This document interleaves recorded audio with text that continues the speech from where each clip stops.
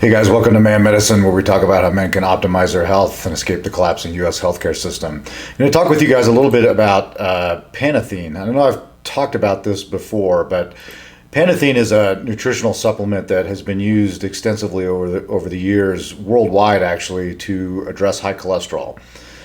It just doesn't get a lot of press in the United States for a variety of reasons I'm not going to get into. I'm going to present you with the information that I have on it to essentially just inform you about other options for lowering your cholesterol that maybe you are not aware of, and quite frankly, maybe your physician is not aware of. And, leave it up to you whether you want to consider Pantethine as part of your treatment regimen, in particular if you have high cholesterol. Okay, why should you care about this? Well, you should care about this because cardiovascular disease is the leading cause of death in this country for both men and women. 60% of men and women in this country will die from heart attacks or strokes. And quite frankly, that number is probably going to go up. The population is not exactly getting healthier. It's certainly not getting any younger. So this is really important. And, despite what you might hear on the internet, the root cause of atherosclerosis is ApoB containing lipoproteins, okay? Like LDL, VLDL, ILDL. These are the lipoproteins that get embedded in the arterial wall that start the whole cascade of inflammation and necrosis and smooth muscle proliferation that lead to atherosclerotic plaque, which eventually ruptures, causes platelet aggregation, and causes a coronary artery to occlude, and in many cases that leads to death. Okay, in fact, the most common presenting symptom of someone's first heart attack is death. 50% of people with their first heart attack do not survive that. So there's a good chance that many of you who are watching this video, this is how you're going to depart the earth. Okay, it's from a myocardial infarction or perhaps a stroke. So, but this is not a foregone conclusion. It is. This is something that you can prevent or at least delay. It's my opinion that the development of atherosclerosis is part of the human condition. We know that, and I've talked about this in other videos, that mummified ancient remains, thousands of years old, that have been well preserved from all cultures across the world. Many, if not all of those mummies, when their soft tissues are examined, have been found to have significant amounts of atherosclerotic disease. These are people that lived thousands of years ago before processed foods. They exercised heavily. They were not obese. They were, in reasonably good shape, and many of them passed away in their 40s, which was considered old age, back then. So this is something that is. It's extremely common. We all have coronary artery disease. We all have peripheral vascular disease. The question is how much.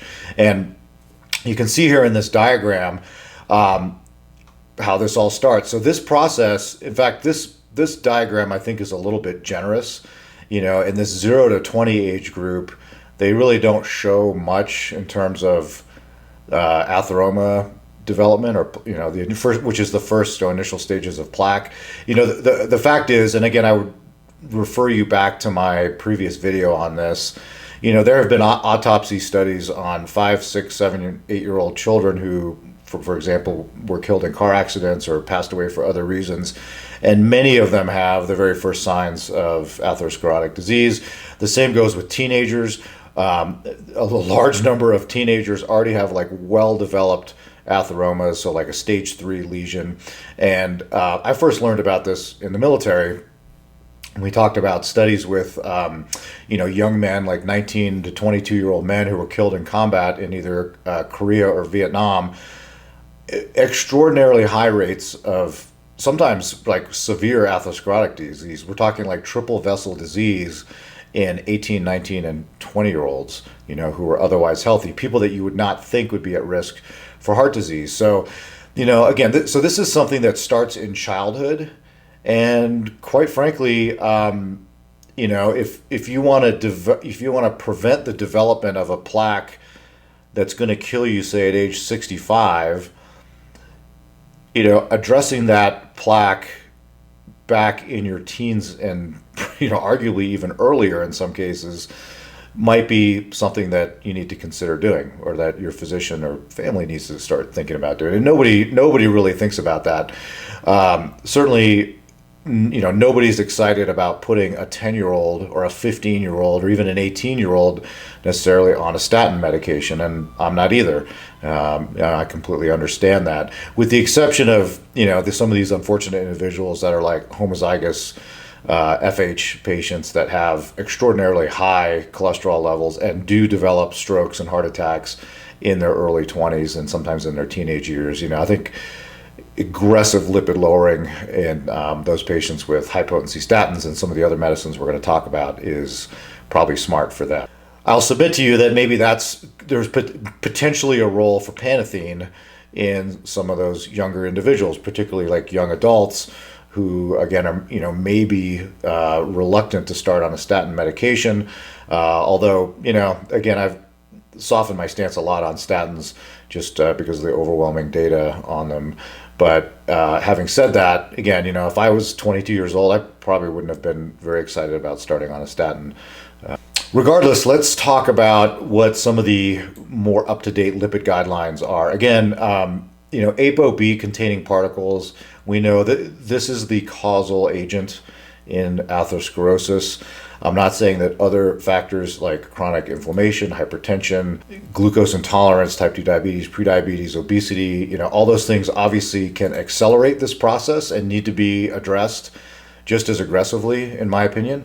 But we're really honing in on ApoB.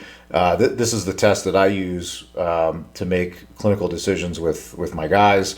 And so here we have a chart here, the American College of Cardiology consensus report for treatment goals for ApoB, LDL-C, and non-HDL-C. We're just going to focus on ApoB and LDL-C here. So according to their guidelines, the evidence shows the highest risk patients, which is if you have known cardiovascular disease, which, guess what? Most of you already have cardiovascular disease. It's just unknown at this point. You've not had an event, or you're not having symptoms, or diabetic with with more than one additional major cardiovascular risk factor. Well, I'll tell you, I've never met a type 2 diabetic that didn't have at least one additional major cardiac risk factor. So hypertension, obesity, etc., family history, male sex, smoker, take your pick. It's rare to have someone whose only medical problem is type 2 diabetes. Okay, in those situations, the current guidelines in the United States are lowering LDL-C to less than 70 milligrams per deciliter and or ApoB less than 80 milligrams per deciliter. Now, our European colleagues are a bit more aggressive, and I think are on the right track. They push for the highest risk patients to have an LDL under 55 milligrams per deciliter. So this number keeps going down and down and down. These kind of low numbers, very tough for some people to achieve with simply diet, lifestyle, weight loss, etc. And so some sort of pharmacological intervention is likely to be required in those cases. And so why did they pick these numbers? Well, these are the numbers where essentially the recurrent event rate is as low as possible. And it may be in the future that going even lower for some of these folks is going to be recommended. But essentially somewhere for most people in this LDL range between, say, 50 to 70, this is the range where most people's atherosclerotic plaque growth slows to a trickle or completely halts, and maybe in some cases begins to regress. Certainly below LDLs of 50 and ApoB levels, say less than 60, you can certainly start to see plaque regression in some cases. If it's a heavily calcified plaque, has a thick fibrous cap, it's probably not going to regress that much. It can, but it certainly will stabilize, which is good because it's these unstable plaques that tend to rupture and cause people problems. So, and again, I'm going to insert a lot of my own personal bias into this. That's not necessarily supported by, randomized controlled studies. But, the development of atherosclerotic disease, as I mentioned earlier, is something that occurs over the course of a lifetime. So it's this long sustained exposure to high ApoB levels within the serum that eventually lead to the plaque that will cause your demise at age 50, 65, 80, whatever the case may be. So, the problem with some of the current lipid guidelines is they look at like 10-year risk of developing coronary artery disease. And so they don't recommend intervention, at least from a pharmaceutical standpoint, until you reach a certain threshold of risk within the next 10 years. Well, the fact is that long before you ever reach that threshold, you have already developed significant plaque. The disease has taken a foothold in the artery decades ago, probably. And, again, the further advanced it is, the more unlikely you are to regress at that point. So sometimes by the time you would, quote, qualify for lipid lowering medication, according to some of these guidelines, you may already have triple vessel disease. Okay. So I think we're missing the boat here a little bit. And again, I'm going to talk about some of the pitfalls with Pantethine, but this may be, there may be a role for Pantethine early on in someone's life if they want to stay away from pharmaceutical drugs and stick to something that's a, quote, natural supplement. Okay. As I know there's a lot of you out there that have, a bit of a phobia to statins and a bit of a phobia to prescription drugs in general. I get it. So anyway, we'll talk about that, but we're at the point now where we really know that ApoB containing particles, this is the major risk factor for heart disease. And it is kind of beyond debate at this point that aggressive lowering of ApoB can stabilize plaque and in some cases regress plaque. And so it makes sense to me that if you want to live a long, healthy life, the old saying, like, you're only as healthy as your arteries. So you need to keep your pipes clean. And one of the major things you need to do to keep your pipes clean is keep your ApoB level in check. You obviously need to address all of the other things that can contribute to that, as I mentioned earlier. I don't want to be a one-trick pony here and just focusing on ApoB, but this is extraordinarily important. You can do all those other things perfectly, but if you're running around with ApoB levels of 150 and LDLs of 160, 180, which some people do, you are laying down plaque. At least that's what the data would show, is that you are laying down plaque. Okay, so sorry for the bad news, but that's just a fact. Okay, so today's information on Pantethine is going to come from this article. It's a topical review article, Treatment with Pantethine, Journal of Evidence-Based Complementary and Alternative Medicine. Not a journal I typically read, but hey, every now and then they've got some good stuff in there. So this is from 2011, and it's actually a pretty good article. So let's talk about this a little bit. So they don't mention this in here, but just briefly, I want to cover kind of the 4 big drugs that are being used right now, and then we can talk about later how Pantethine fits in with these. So obviously, the statin class, in particular, the high potency statins, are our number one drug, especially for secondary prevention after you've had an event, but there's solid data for primary prevention at this point too. They are not tolerated by everybody, although the side effect profile, at least according to the data, is not too much different than placebo. But if it's not unusual in my experience to have people that have myalgias and other issues. I have over the years had a handful of patients that I had to completely take off the statins because they just were they were intolerant of multiple statins for multiple different reasons. Zetia or ezetimibe is commonly used in conjunction with statins. And honestly, that combination has, especially if it's a high potency statin, you can get some pretty remarkable LDL and ApoB lowering. Zetia, I like Zetia a lot. It works through an entirely different mechanism. In short, basically, it prevents sort of like enterohepatic recycling of LDL, upgrades LDL receptors, and so it can lower LDL by like 20-25%, which is pretty significant, especially when you put that on top of high potency statin. The two new hot drugs on the market now are the Repatha, which is a PCSK9 inhibitor. And then there's bempedoic acid, which has now made its way into the guidelines. We used to use a lot of niacin, and I did too, because it makes the numbers look pretty. But sadly, and I wish this wasn't the case, but niacin has kind of fallen out of favor. There's at least 2 big studies that came out a number of years ago that showed pretty conclusively that while niacin made all of the numbers look better, so it raised HDL, it lowered LDL, it was pretty good at lowering triglycerides.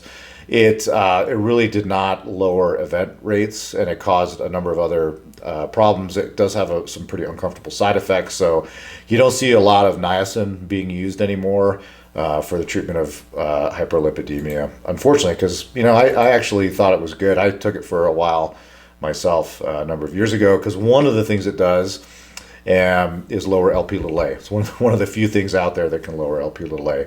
But now, of course, Repatha is on the market, and that can also be effective in lowering LP little a. And we've got some other interesting drugs in the pipeline that specifically target LP little a. Not going to talk about those today, but those hopefully will be coming to the market fairly soon, last I heard.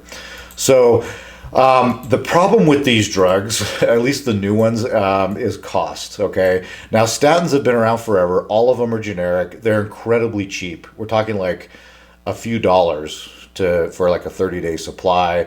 Zetia is dirt cheap as well.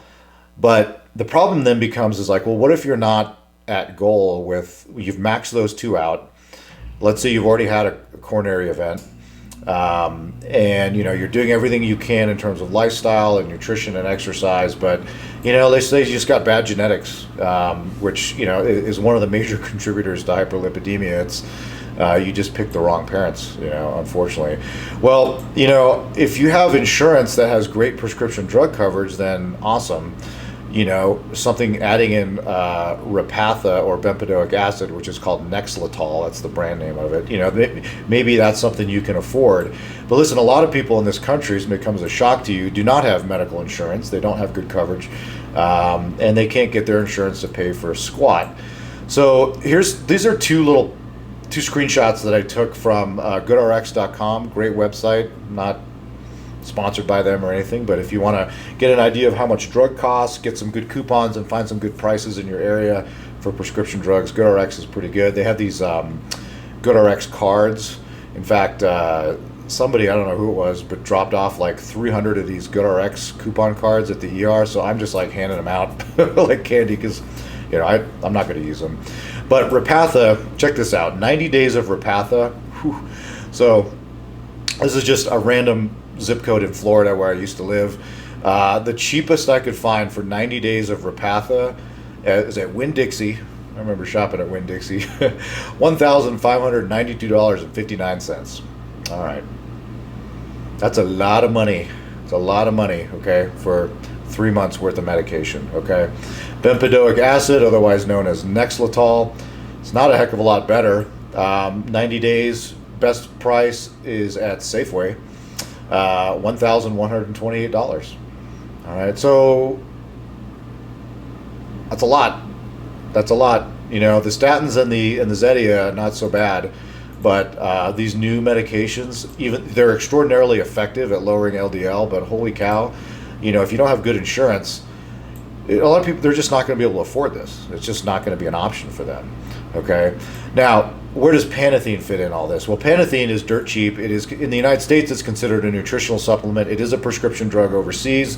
It does get used in places like Japan and Germany and places like that. And there may be other countries that I'm not aware of where it gets a bit more use, and it's considered a prescription drug there. But here, this is just a screenshot from Amazon. So 600 milligrams. The dose is somewhere between 6 and 1,200 milligrams a day. I usually have guys do 600 milligrams twice a day, so morning and night. So, here's 60 soft gels. That's a 30-day supply for $25. You do the math, so $75 for a 12-week supply of Pantethine. So what the heck is Pantethine? Well, this is a molecule here. It is related to vitamin B5, pantothenic acid. It's actually two of those stuck together with a sulfur group in here in the middle. Again, it's been used in Japan for lowering lipids for many, many decades, and it came to the United States as a dietary supplement in 1992. So, how does it work? It's kind of interesting. Despite it being around for so long, there's still nobody knows exactly how this stuff works, but there seems to be, there's probably one of two pathways, and actually maybe both, that that cause it to lower people's cholesterol. The two main mechanisms that they think is that it increases levels of coenzyme A in the liver. And if you remember, statins inhibit the HMG-CoA reductase enzyme. Okay, this is the whole pathway here for cholesterol synthesis. So by increasing the levels of coenzyme A, it's going to shunt acetyl-CoA away from this pathway and into the Krebs cycle to be oxidized. And so you will have less of all of the substrates that are downstream from that. I don't know about that, maybe. And then there's also some thought that it may also inhibit with the HMG-CoA reductase enzyme, just like statins do, but in a different mechanism. So regardless, it shuts down or it inhibits this whole mevalonate pathway, and so the end result is less synthesis of cholesterol. The nice thing, though, is that it does so in such a way that is largely side effect free, and which you really can't say that about statins, even though they're generally well tolerated. So the most common thing you'll see in some of these studies is just like a little bit of GI upset. But again, this is a derivative of a water-soluble B vitamin. It's kind of hard to overdose on this. Okay, you're not going to get the muscle pains and myalgias and some of the other issues that are out there with statins with Pantethine. So how well does it work? This is a table here from the paper I showed you earlier. A couple things with this. Most importantly, is you see you have to go out to at least 4 months on this stuff to get the full benefit. It doesn't work overnight. So perhaps a little bit longer than with statins. But you can see here at 4 months, the average change in the population that they looked at, we're looking at about a 20% drop in LDL, a 8.4% increase in HDL, and pretty decent with triglyceride lowering as well. So almost 33% on average. So not bad. I mean, this is on par with maybe some of the weaker statin drugs in terms of what it does to these particular numbers. But again, at 1 month, you only get half the effect. You have to go out to 4 months, at least in terms of LDL, in order to get that full 20% lowering. So nothing to sneeze at. I mean, if you compare this to any other nutritional supplement out there that people take for lowering cholesterol, these plant sterols and grapeseed extract and all this other stuff, none of them are as close. None of them are even close to Pantethine in terms of these sort of changes in the numbers. So Pantethine takes the cake as far as favorable lipid changes when it comes to nutritional supplements. So the problem with Pantethine, so there are a lot of human studies in terms of what it does with the lipids, but again, just like with niacin, at the end of the day, what really matters is events. Does it lower the chance of you having a heart attack or a stroke or some other thrombotic atherosclerotic related event? And we don't really know the answer to that because there's no human studies on it. And they're, quite frankly, with this being a cheap, nutritional supplement, there's not a lot of incentive to fork out, millions of dollars to do a big giant study to see if, this stuff actually lowers events. So it's entirely possible that you can lump this in with niacin as something, a substance you can take that makes your numbers look better, but doesn't do squat to lower your actual event rate. That's entirely possible.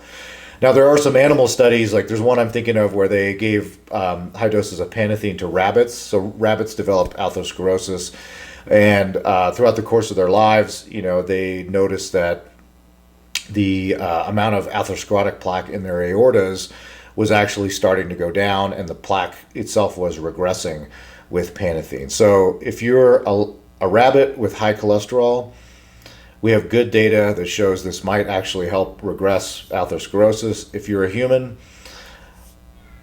I don't know. I know it makes the numbers look better. I can't tell you anything more beyond that, and I know it's well tolerated. So just be aware of that. Again, there's changing the number doesn't always result in a change in event rate or outcome, and that's important. Again, that's what's kind of sunk niacin, unfortunately. Now, just some other effects on it. It changes the fatty acid content in your platelets. So the idea is that You will have less saturated fat within the lipid bilayer of your platelets.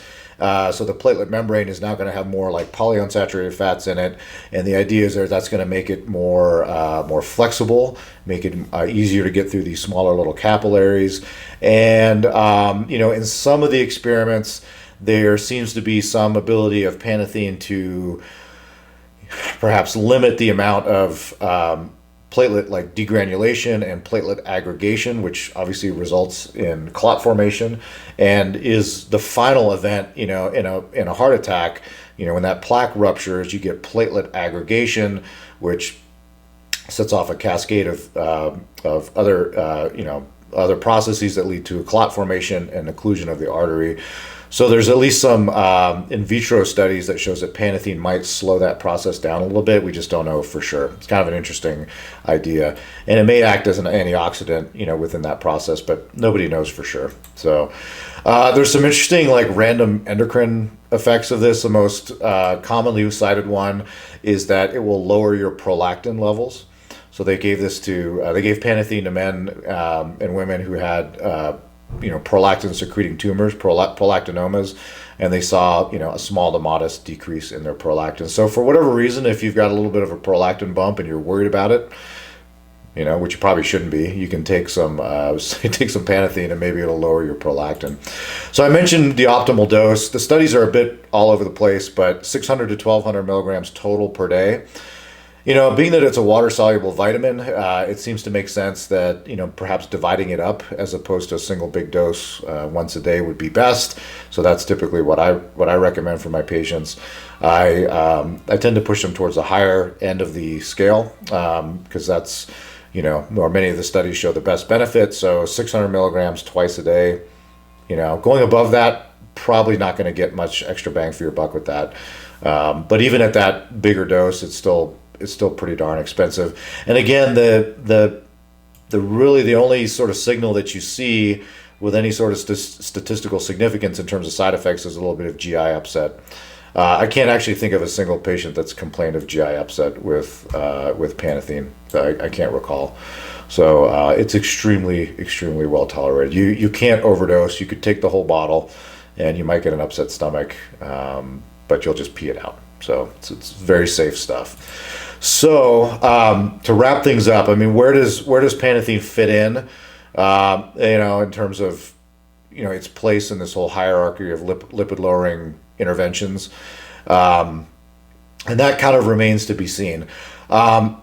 If you're an individual who feels very strongly about avoiding prescription drugs for whatever reason, and you like to do things, in a more natural way, and you're focusing very heavily on lifestyle, but perhaps your lipids are not quite where they need to be for genetic reasons, then sure, if you had to pick a supplement, I think that Pantethine is a reasonable thing to do. Just keep in mind, Pantethine is unlikely, no matter who you are, it's unlikely to get your LDL or your ApoB low enough, unless you're already starting quite low, low enough to completely, let's say, at least arrest the progression of atherosclerotic plaque. It might slow it down, we don't know, but the chance of you getting your LDL consistently under 70, say for example, if you're 130, 140, which a lot of people are in terms of LDL, the chances of you getting that down under 70 and certainly anywhere near 50 with just Pantethine, could be wrong. There's always exceptions, but I don't really see that happening for you. So something to consider. And then, I alluded to the young person, like the teenager, and there are studies with children on Pantethine that have shown it to be safe and effective. This is potentially something if you are a young person, so teens and 20s, and you do not have good lipids. But again, you don't want to necessarily go on a statin or another prescription medications. This is something that maybe you could, put into your daily supplement stack in addition to, whatever else you may be taking, things like fish oil and magnesium and, your multivitamins, all that kind of stuff.